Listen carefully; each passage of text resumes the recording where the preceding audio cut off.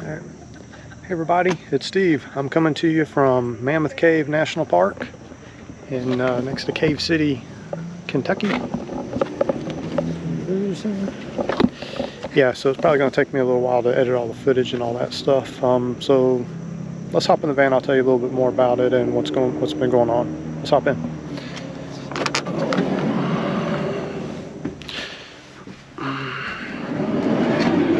This video again is about just kind of giving you a realistic kind of like van tour to show you how things actually look like when I travel in it. Okay, let's take a look. Here's kind of an overlook of the van. Shoes, I got my garbage, recycle, bottled water. I don't drink the water out of the tap. I'm sorry, it's something I need to work on. I do have a filter, but one of the Life straws, but I just haven't got around to using it. Powerade, that's important to stay hydrated. Here's my extra water tank that I've never filled. And here's this is my Kindle Fire, so I can get my audiobooks. You know, the speech to text. If anybody knows of a way to, you know, because pay for an audiobook, man, that would be like over $10 sometimes. Sometimes it'd be $7. That's a bit much. And so, you know, with the Kindle products, you know, you can just get the narration built in there. As far as I know, in Android, you know, if you got an iPhone and you can get text to speech in the Kindle app, you know, let me know. I mean, I'm partial to the Z Fold 4. I don't know if you've checked out that video, or maybe I haven't put it up yet. I really like the foldable phone. It does a lot for me, but super annoying that you can't get the text to speech, you know, so you can save money on those ebooks and whatnot. Well, we're not going to put my password. I'm going through the Dan Brown series. I got a deal on that on Slick Deal. So here's my toothbrush, contact lens case, soap, all that. I'll show you guys what's in the fridge. I pretty much do cold cuts for lunch and some cookies. Up here in the pizza oven, I got my window cover, some gloves, dryer sheets. What you do is you wet a dryer sheet and you rub it, and that'll help get bugs off. And that's just stuff to kind of sponge bugs off kind of as I need to. Up here is just kind of miscellaneous drawer. Here are my breakfast bars, aluminum cups. Let me go back here so I can get my chocolate almond milk in the mornings. I get my aluminum cup, and I use that for a few days, and I just rinse it. I mean, not the most sanitary thing, but it's the best I can do with the van. Here's my laundry detergent before I go to laundromats. Here's a toaster I don't really use anymore, and here's all my manuals and stuff that go with the van. Maybe my favorite mod up here, I do most of my bathroom stuff right here just because it's more open and you can kind of get up under the sink a lot better than you can in the bathroom.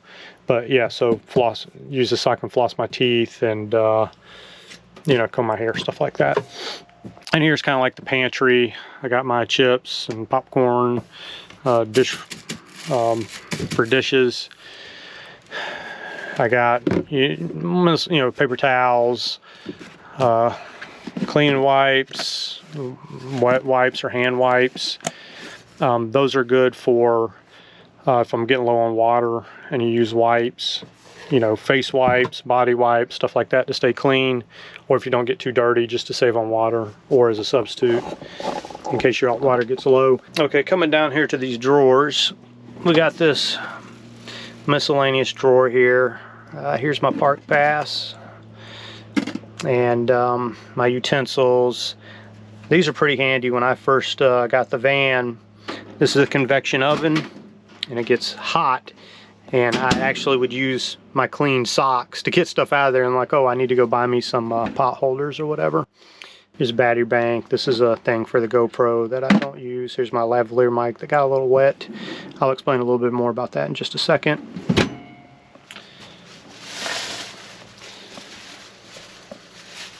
As we come around here, you know, you've seen the TV and stuff. Let's go in this drawer right here. Fan I don't use. Here are my compostable paper plates and bowls. I probably won't be using the bowls much anymore because it's just a little bit, you know, I found a pretty good routine with my diet, you know, to where I just you know, things I can eat with my hands and just use these compostable plates. So, you know, hey, I know I use a lot of plastic bottles, but I try to recycle and get compostable everything. Here's some drawer liner that I need to set up. And yeah, I got too many clothespins, but these are very, very useful. I'll show you in a second. Over here, I'm gonna be straight up. So I did leave the PlayStation 5. I just wasn't gonna have good enough service or whatever to play online. So, you know, my brother, he's gonna just have to make do. This shirt is clean. I'll show you in just a second, but I'm gonna keep copies of all my receipts and stuff up here. What you see here is I put my water hose and I put it in my bucket just so all the water can drain out, and then once it's dry and stuff, I'll put it back in this cabinet. I'll get to the clothes here in just a second. So here are my clean clothes right here. I know a lot of people roll them, but I just cram as much in there as I can. I think I got more than 7 days worth of clothes there, and you want to, you know, because you're gonna be driving around, you want to pack both for cold and warm weather. And then finally over here in my final cabinet, here are my clean towels, and then dirty laundry goes into this sack right here. So that's that for the coach. And in the bathroom, it's a little kind of messed up in here. Maybe I'll get my pants out of the, or my underwear out of the shot here. So kind of what happened was, shoes and my little lens bag and stuff, is I was in Congaree, and let me flip this around. Okay, yeah, so I was in Congaree, and again, this is not why I'm saying Congaree is a skip. It's just what happened. I was like 2 miles away from the visitor center, and I could tell it was going to rain, but because all the tree coverage and stuff, you really couldn't see real well. And then it just poured down on me, man. And I mean, I hadn't got rained on like that in decades. It was terrible, man. And so all my clothes got all wet and everything. Let me see if I can, yeah, I can't switch the microphone, but my clothes got all wet and it was just terrible. But, and I was also aggravated because, you know, first couple of days out on the trip, I had to take a shower in the van. You know, it's great I have that capability. You know, I paid a lot of money to have that capability, but it also uses a lot of water. So although I've gotten better about that, there's a pretty common mod for the shower cutoff. The standard shower cutoff, it lets water dribble through, but the mod, it shuts it off completely. Anyways, I got completely soaked and had to take a shower, and you know, nice thing to be able to do, but you know, I used a lot of water and also filled up some of my tanks from that, and that kind of, you know, messed up my plans or whatever. But anyways, let's get back and look at the closet and stuff. Okay, so, well, because these haven't, that's dry. You know, that's dry. Socks, dry. You know, hey, this stuff finally dried out. Let's see if the shoes are dry. No, hiking shoes still not dry. It's been 2 days, it's crazy. Anyway, so over here, these are some of my more, you know, dressier type clothes. If I don't know, maybe find some lucky van girl out there on the road or something like that. I do have some dress shoes there. I forgot about this. And I got some dress shoes here, and I got my basketball shoes in case I have the energy and the time to get a game. Anyway, just kind of gives you an idea of how much you can fit in here, because I got, what, 1, 2, 3, 4, 5 shirts, 2 pairs of pants, and I got a big jacket. I got my lighter jacket and hoodie, and sweatpants are just sitting over there, and there's my hat and stuff. And then you got the wipes like I was talking about, and I got a black pair of dress shoes there. Let's get that put up there. Okay. Okay, so it's just a quick van tour right there. I'm just by myself. I do feel like the van has maybe a little bit too much space for me, but when you start putting a bunch of clothes up in here for a bunch of, you know, for like a couple months of travel or something like that, these cabinets do, you know, so I guess I'm doing okay to have, you know, so this cabinet right here. And this one here, I could probably reorganize with the one up front and maybe have a completely empty cabinet or whatever.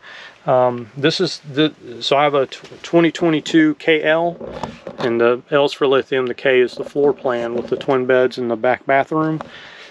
I love the back bathroom in a van. It'd be nice if Mercedes would make something like that.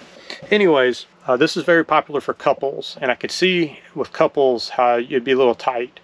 Although I've seen other couples or couples with the van, and they don't have as much stuff on the floor as I do. So I don't know if I'm messy or whatever, but this is a little bit more, I just figured I'd give you guys a little bit more realistic walkthrough of what the van actually looks like when I'm traveling in it. The other realistic thing about van life, and as I mentioned, I 100% boondock on here, so no paying for overnight accommodations. I'm appreciative for the hospitality, but sometimes Walmart, and I try to, you know, it's not that Walmart's bad or anything, but I just really hate having to ask permission. And again, I respect private property rights and I appreciate their hospitality. When I'm on the road, I try to shop at Walmart pretty much every time, and I try to buy something from every store that I stop at and always follow the rules and everything. But, you know, I can sleep at an angle, that's no problem. I can sleep, you know, I'll sleep next to 2 semis, not just one, no problem. I can deal with that. I can deal with lights. I can deal with all that stuff. But I absolutely hate having to get out of the van and go find somebody, track them down, and ask for permission. I don't know what it is. Maybe it's me. Maybe I have problems with authority. I don't know what it is. But super appreciative. But I just wish, I've been to some Walmarts where they just have a sign in the back. And I think there was one, is out of Mesa Verde in Colorado, and they just have a sign that says, hey, you know, one night only, park back here, and you don't have to talk to anybody, you just pull in, you know, and you're done. And that's also important from a safety aspect, because if you pull up and no one ever gets out of the van or anything, kind of nobody knows what's going on there. So that's also another good thing about that. Anyways, so yeah, I just wanted to share this quick van tour with you, or walkthrough, I guess. I want to thank you so much for taking a few minutes here to walk through the van with me. I appreciate you so much, and I will catch you in the next video. Thanks and take care. Bye.